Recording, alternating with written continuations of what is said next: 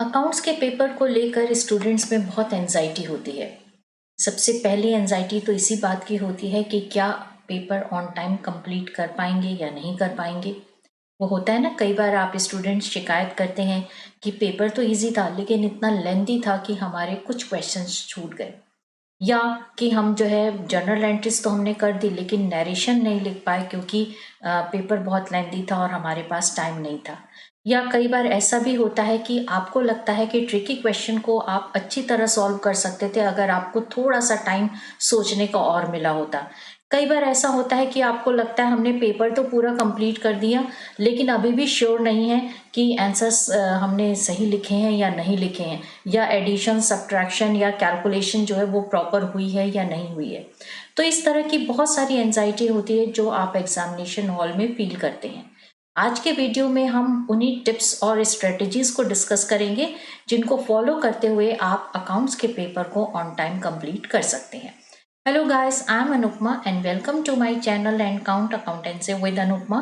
It's a one-stop destination for learning and exploring accountancy.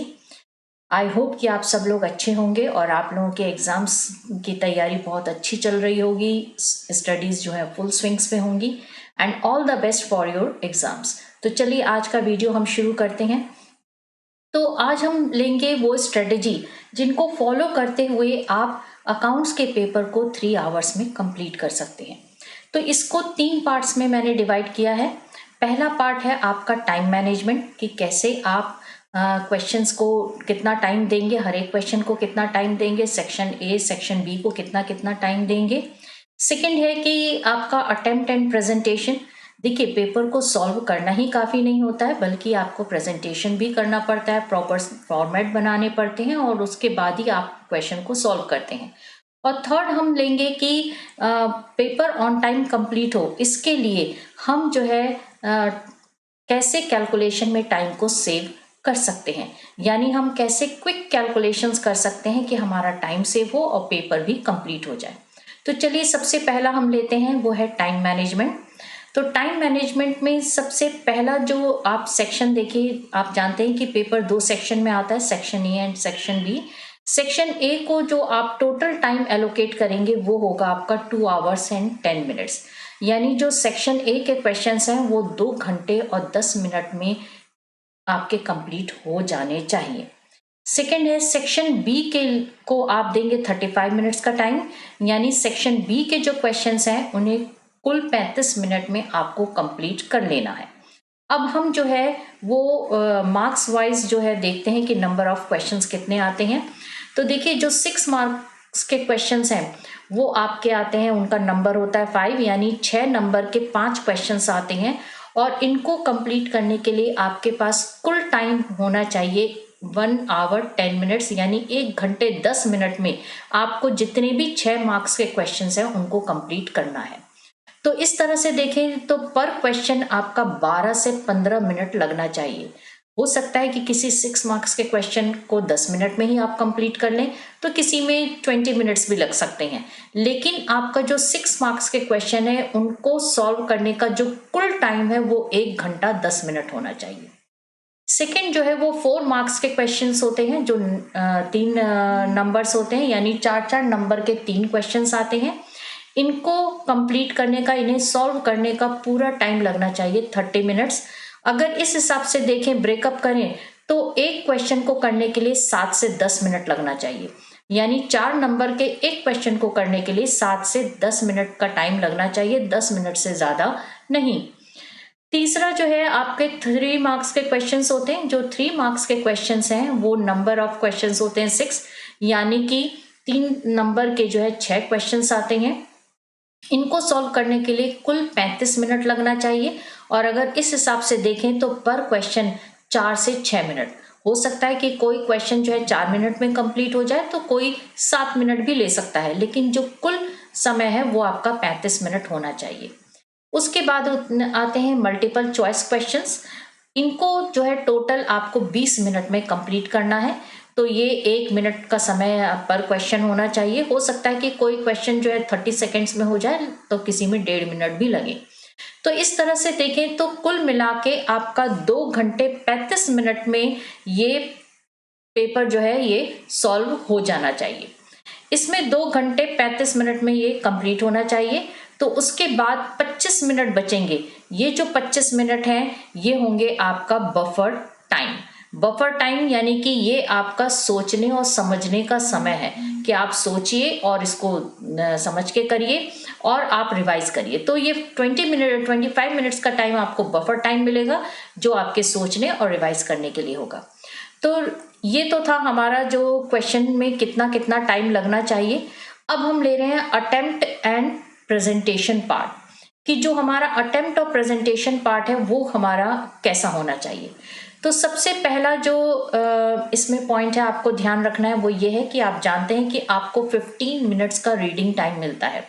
Board exams में 3 घंटे का तो पेपर सॉल्व करने का होता है और 15 मिनट्स का टाइम आपको एक्स्ट्रा मिलता है जिसे हम रीडिंग टाइम कहते हैं। तो इस रीडिंग टाइम का आप पूरा यूटिलाइजेशन करिए। इस 15 मिनट्स के टाइम में आप क्वेश्चन पेपर को थॉरोली पढ़िए और पेपर को पढ़ने के साथ ही आप जो है क्वेश्चंस को सेग्रीगेट करिए, यानी कि उसका डिवीजन करिए, जो इजी, एवरेज एंड डिफिकल्ट। यानी आप क्वेश्चंस को सेग्रीगेट करिए इजी, एवरेज और डिफिकल्ट कैटेगरी में। जो क्वेश्चंस आपको अच्छी तरह से आते हैं, एक्चुअल में वो इजी लगेंगे आपको, तो सबसे पहले आप इजी क्वेश्चंस को सॉल्व करिए। इससे होगा ये कि आपका कॉन्फिडेंस बिल्डअप हो जाएगा। उसके बाद आप उन क्वेश्चंस की तरफ जाइए जिनमें डिफिकल्टी लेवल थोड़ा सा लो है, जिसमें आपको थोड़ा बहुत सोचना पड़ेगा। तो आप उसको सॉल्व करेंगे तो आपका कॉन्फिडेंस और भी बिल्डअप हो जाएगा। और लास्ट में आप जो है डिफिकल्ट क्वेश्चंस को सॉल्व करिए, तब तक आपका कॉन्फिडेंस इतना बिल्डअप हो चुका होगा कि आप डिफिकल्ट क्वेश्चंस को सॉल्व करते समय टेंशन फ्री रहेंगे और अच्छी तरह से उसे सॉल्व कर पाएंगे। तो क्वेश्चन पेपर पढ़ने के साथ ही आप क्वेश्चंस को इजी, एवरेज, डिफिकल्ट में सेग्रीगेट करिए और सबसे पहले इजी वाले करिए, फिर एवरेज और उसके बाद डिफिकल्ट वाले। अब सेक्शन ए को, मेरा अपना पर्सनल ये ओपिनियन है कि सेक्शन ए को सबसे पहले कंप्लीट करिए। जब आप सेक्शन ए शुरू कर रहे हैं तो सेक्शन ए के ही सारे क्वेश्चंस को एक साथ सॉल्व करिए। ऐसा ना हो कि 3 क्वेश्चंस आप सेक्शन ए का करें फिर 2 क्वेश्चंस आप सेक्शन बी के कर लें। मेरा ये मानना है कि अगर आप सेक्शन ए को अटेम्प्ट कर रहे हैं तो पहले पूरे सेक्शन ए के क्वेश्चंस को सॉल्व कर लीजिए। अगर किसी क्वेश्चन के पार्ट्स दिए हैं तो उस क्वेश्चंस के पार्ट्स जो है वो उसी में, मतलब सेम जगह आपके सॉल्व होने चाहिए। यानी अगर मान लीजिए क्वेश्चन नंबर 7 के ए बी सी हैं तो वो ए बी सी तीनों एक ही जगह पे सॉल्व होने चाहिए। ऐसा ना हो कि क्वेश्चन 7 का ए बी आपने सॉल्व किया, उसके बाद आपने क्वेश्चन नंबर 8 कर दिया, 9 कर दिया और उसके बाद वापस 7 का सी पार्ट किया। तो ऐसा मत करिएगा। अगर एक क्वेश्चन है उसके पार्ट्स हैं तो उन सभी पार्ट्स को सेम जगह आप करिएगा। फिर जो है आपको एक जो बहुत ही इंपॉर्टेंट बात ध्यान रखनी है वो ये है कि क्वेश्चंस को बहुत ही केयरफुली पढ़िए। जब आप क्वेश्चन पढ़ते हैं सॉल्व, देखिए कई बार ऐसा होता है कि स्टूडेंट्स क्वेश्चन पढ़ने की बजाय एकदम से सॉल्व करने लग जाते हैं कि हम पढ़ते जाएंगे और करते जाएंगे। वो मत करिए। अगर आप क्वेश्चन नंबर 5 अटेम्प्ट कर रहे हैं और पार्टनरशिप का क्वेश्चन है तो पहले क्वेश्चन को पूरा थॉरोली पढ़िए। अगर आपको एक बार पढ़ने के बाद भी नहीं समझ में आ रहा है तो दोबारा उसको पढ़िए और जो भी इंपॉर्टेंट इंफॉर्मेशन है उनको अंडरलाइन करिए। जैसे पार्टनरशिप के क्वेश्चन में जो प्रॉफिट शेयरिंग रेशियो है बहुत इंपॉर्टेंट होता है, तो आप प्रॉफिट शेयरिंग रेशियो को ढूंढिए, कहाँ पे दिया हुआ है, अंडरलाइन करिए। अनडिस्ट्रीब्यूटेड प्रॉफिट्स और लॉसेस दिए हुए हैं तो उनको अंडरलाइन करिए। अगर न्यू रेशियो दिया है तो उसे भी अंडरलाइन करिए और फिर क्या क्या आपको उसमें कहा गया है बनाने के लिए उसको करिए। तो जो इम्पॉर्टेंट इंफॉर्मेशन है क्वेश्चन के उनको अंडरलाइन करिए। उससे होगा ये कि जब भी आप क्वेश्चन सॉल्व करेंगे तो कोई भी इंपॉर्टेंट इंफॉर्मेशन मिस नहीं होगी। नहीं तो कई बार ऐसा होता है कि जब आप बैलेंस शीट बना रहे होते हैं तब आपको नजर आता है कि बैलेंस शीट में असेट साइड में प्रॉफिट एंड लॉस का बैलेंस दिया था जिसका ट्रीटमेंट आपने नहीं किया, तो फिर जो है वो टाइम भी आपका वेस्ट हो जाता है, आपको काट करके दोबारा सॉल्व करना पड़ता है, तो उस समय घबराहट भी होती है। इसके बाद है कि अगर कोई क्वेश्चन ऐसा है जिसका आंसर नहीं आ रहा, जैसे आपने पार्टनरशिप का क्वेश्चन अटेम्प्ट किया और बैलेंस शीट लास्ट में मैच नहीं हो रही, तो एक बार दोबारा जो है सरसरी तौर पे देखिए कि कहाँ कहाँ गलती हो सकती है। और अगर उसके बाद भी आपको गलती नहीं पकड़ में आ रही है तो उस क्वेश्चन पे ज्यादा टाइम मत लगाइए, आप उस क्वेश्चन को स्किप करके दूसरे क्वेश्चन पे पहुंच जाइए। 1-2 क्वेश्चन सॉल्व करने के बाद जब दोबारा आप आएंगे अपनी गलती चेक करने के लिए तो आपको अपनी गलती मिल जाएगी। तो किसी भी क्वेश्चन पे बहुत ज़्यादा टाइम इन्वेस्ट नहीं करना है आपको, जितना टाइम असाइन आपने किया है बस उतना ही करना है, और अगर वो नहीं सॉल्व हो रहा तो स्किप करके दूसरे क्वेश्चन पे चले जाइए। इसके साथ एक यूजफुल टिप आपको और बताती हूँ जो आपके लिए यूजफुल भी होगा और हेल्पफुल भी होगा। वो ये है कि जो 4 मार्क्स और 3 मार्क्स के क्वेश्चंस हैं, इनमें वर्किंग नोट उतना इंपॉर्टेंट नहीं होता अनलेस एंड अंटिल की क्वेश्चन में आपको कहा गया है। सपोज करिए 4 मार्क्स का क्वेश्चन है और आपको ये कहा है शो योर वर्किंग्स क्लियरली, तो फिर आपको वर्किंग नोट प्रॉपर बनाना है और फिर सॉल्व करके देना है। लेकिन अगर 3 और 4 मार्क्स के क्वेश्चन में वर्किंग नोट को प्रॉपरली शो करने के लिए नहीं कहा गया है, तो आपको जो है बड़ा ही प्रिसाइज रहना है, अपने फॉर्मूले से स्टिक करिए और प्रिसाइज रहिए और आगे बढ़ जाइए।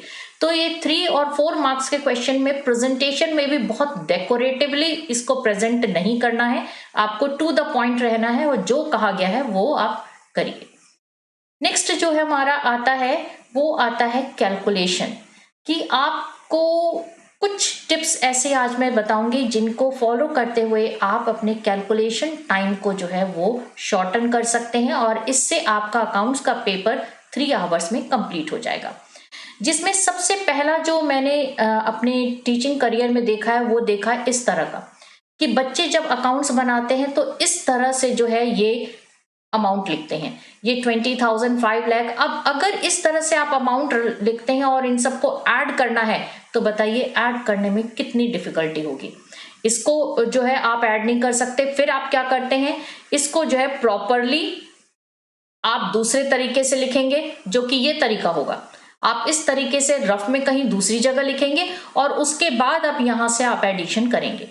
तो गाइस जब आप अकाउंट्स बना रहे हैं तो उस समय ऐसे मत लिखिए अमाउंट्स को इस तरह से लिखिए जिससे कि आप जो है इसे इजीली ऐड कर पाए।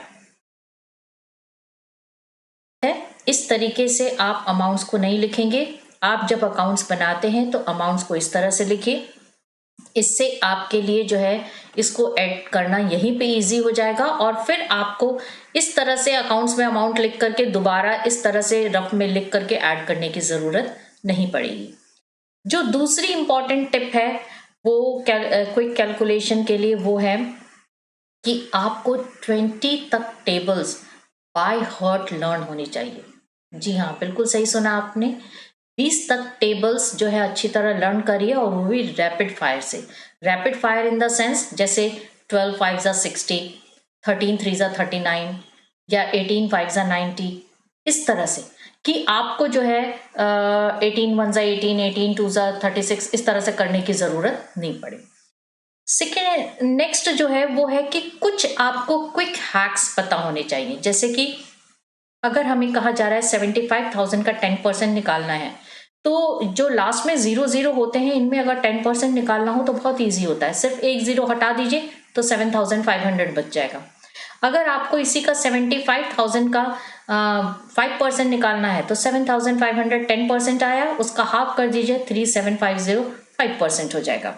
उसी तरह से अगर आपको सेम 75,000 का 2.5% निकालना है तो आप 3,750 का हाफ करिए यानी 1,875, ये आ जाएगा आपका 2.5%। तो इस तरह से जो है आप कैलकुलेशन को क्विकली कर सकते हैं। इसमें आपको लिख करके कैलकुलेशन करने की जरूरत नहीं है कि पहले आप लिखेंगे 75,000 इंटू 2.5 अपॉन 100, उसके बाद आप इसमें से ऊपर से एक 0 हटाएंगे, नीचे एक 0 लगाएंगे, तो ये करने की जरूरत नहीं है। आप सीधे 75,000 का 10% 7,500, 5% उसका भी हाफ यानी 3,750 और अगर 2.5% है तो उसका भी हाफ यानी 1,875। नेक्स्ट जो आपका एक और इम्पॉर्टेंट है कैलकुलेशन जो मैं अडॉप्ट करती हूँ वो ये है कि जैसे आपको 15,000 इंटू 8.5 कहा है, नॉर्मली बच्चे क्या करते हैं 85 लेंगे, फिर 85 को 15 से डिवाइड करेंगे, उसके बाद 0.00 लगाएंगे, फिर उसके बाद पॉइंट लगाएंगे। मैं इसको बिना लिखे ओरली सॉल्व करती हूँ और वो तरीका ये है कि 15 इंटू 8.5 है तो 15 8 सा कितना होता है 1,20,000, तो ये हो जाएगा 1,20,000 और 0.5 का मतलब होता है हाफ यानी 15,000 का हाफ 7,500, तो 1,20,000 प्लस 7,500 यानी 1,27,500। ये तो मैंने यहाँ पे लिखा है, अदरवाइज इसको आप ओरली भी कर सकते हैं।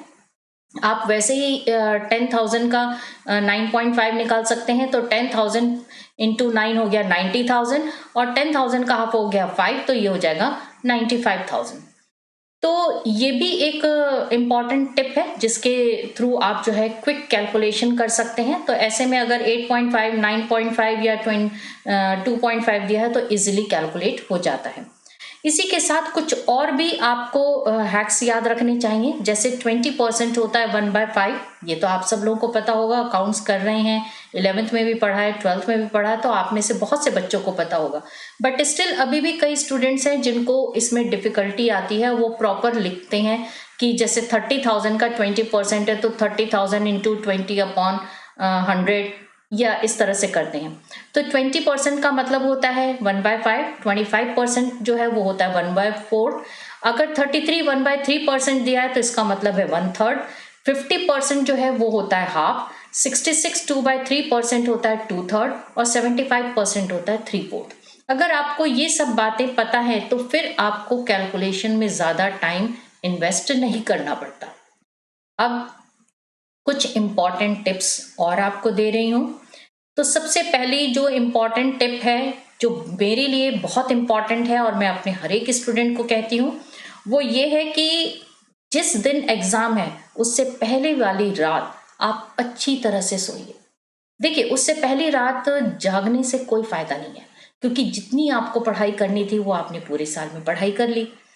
तो अब जो है अकाउंट्स के पेपर में रात भर जाग करके आप कोई रिवीजन करेंगे तो उसका कोई यूज नहीं है, क्योंकि अकाउंट्स वैसे भी आपका प्रैक्टिस सब्जेक्ट है जो पहले ही प्रैक्टिस हो जाना चाहिए।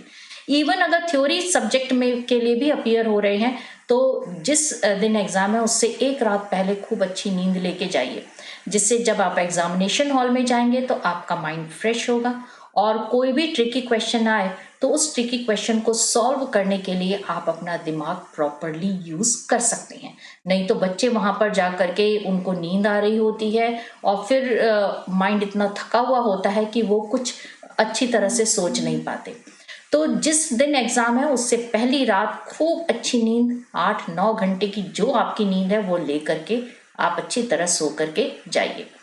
सेकंड है कि जो आज हमने टिप्स और स्ट्रेटेजीज डिस्कस की हैं, ये सिर्फ बोर्ड एग्जाम में ही आपको फॉलो नहीं करनी है।